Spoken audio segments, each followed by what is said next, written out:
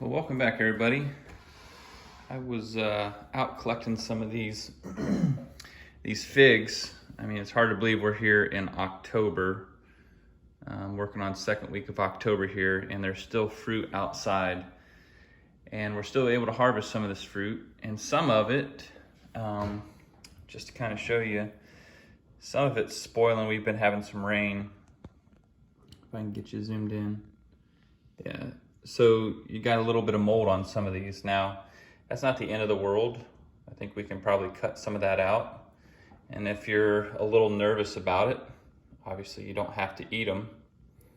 But I was just trying to show you some of I've shown the successes with growing figs, but there's also the other side, which is the reality side. I mean, not every fruit is gonna ripen properly. Not every fruit is gonna taste good. Some of it's gonna spoil. And then again, some of it's not even gonna ripen at all in your season. So, especially when you're here in Zone 6A in Ohio. But anyway, I wanted to take you on a little journey here and walk you through some of these figs. And I'm not gonna eat them all because I'll share them with the family. But I thought there were some winners in here and it was worth sharing with you guys. So, just to kind of start things off, these here are just as common as it can get, a Hardy Chicago.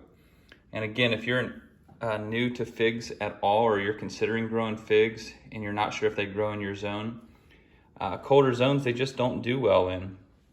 But this is living proof that you can get ripe fruit off of Hardy Chicago. This one here is a Malta Black, which is another what we call a Mount Etna type of fig. That's just a name given to the figs that kind of fall under the same category. They're all pretty similar.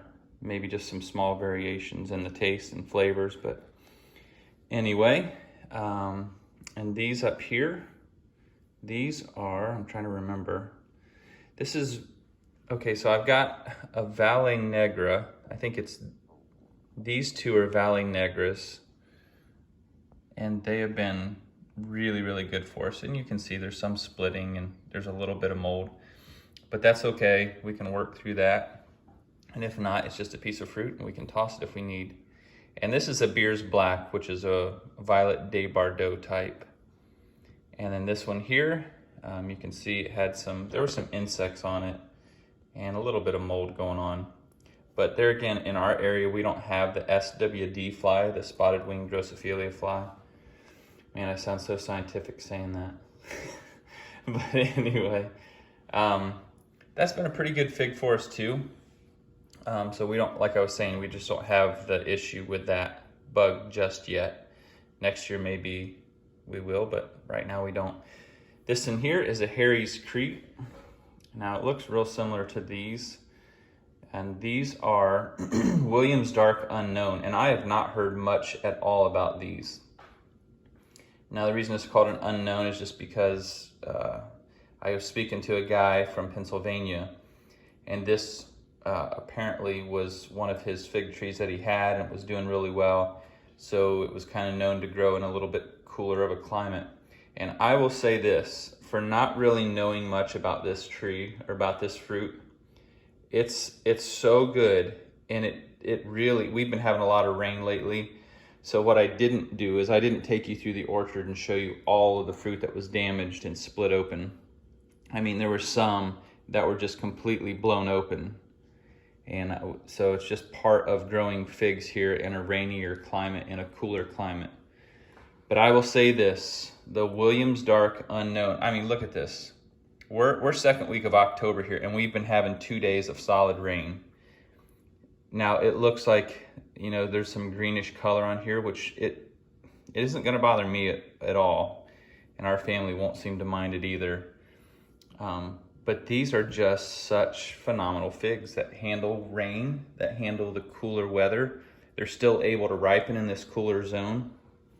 And I've just been so impressed with this fruit. I mean, look at this. We're second week of October here. That's so good to me. And the taste is even, it's as good as it looks. So I'm super impressed with that tree. I only have one hand. everybody else is either at school or just went to work, and I'm here early in the morning just after everybody has left for work, and I'm getting ready to do the same myself. But I did a walk through the orchard, and I just figured it would be worth my time, and hopefully yours too, just to show you some of the insides of these. So I should have probably cut them already, but I didn't. That's why I cut the Williams Dark Unknown so that you could see it. And I got this knife that's serrated, so hopefully it'll, I mean, you can see how soft that is. If I can do it one-handed, pretty impressive. But this, there again, for those of you that are new to figs, not sure what to do, because there's a lot of different varieties out there, and there's a lot of expensive varieties. You know what, your Hardy Chicago, or your Chicago Hardy, however you want to say it, it's just a winner all around. It's a great introductory fig. That or Celeste, and you may have some other varieties that some folks would say are good varieties to start out on. But for me, that's where it all started, with this fig right here, this tree. And then that led me to all the other, I don't know if you call it obsession or passion for figs, but it is what it is. This one here is one that I really wanted to take time to show you. This is called the Harry's Crete. And I have been, now this fig has, yes, it has split on me in this cooler weather.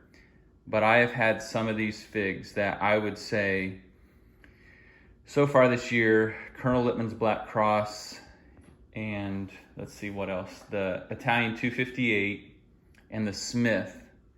And I would say this Harry Crete ranks right up there with with the best of them. And so let me just see if I can cut this for you. I'm not kidding. This fig, I mean, it was talked about, I would say probably a couple years ago, and it looks like a white Madeira one. It's an Adriatic type, which just means it's a green exterior with a red interior.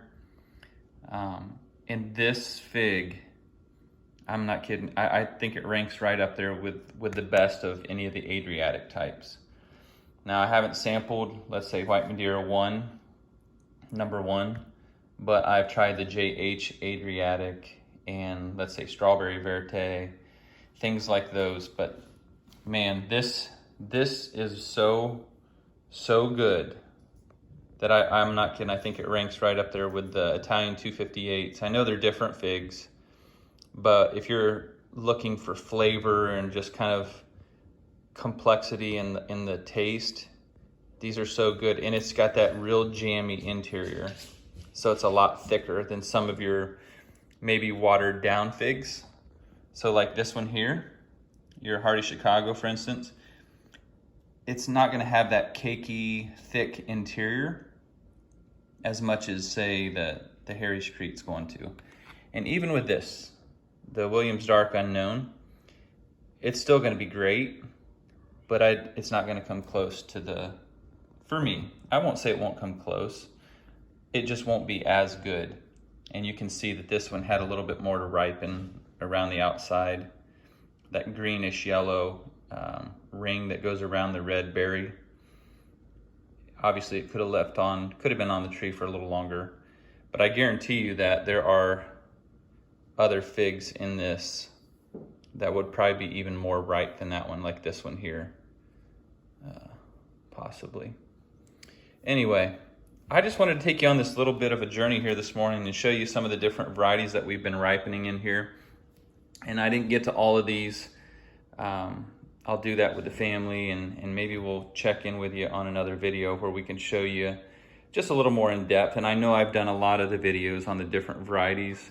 And so today was just to show you what it looks like here in Ohio, growing figs, as crazy as it seems, in Ohio, and we're at almost the middle of October, and we're still getting fruit, and it's quality fruit for that. So, all right, guys and gals, thanks for tuning into this video and for just walking along with us on this journey. It's been fun, and we're just grateful to have so many people join us like yourselves. And if you made it to this video, we're just so grateful for the different people that that have found our videos interesting and our family interesting. So thanks again for tuning in, and we'll look forward to seeing you guys on another video.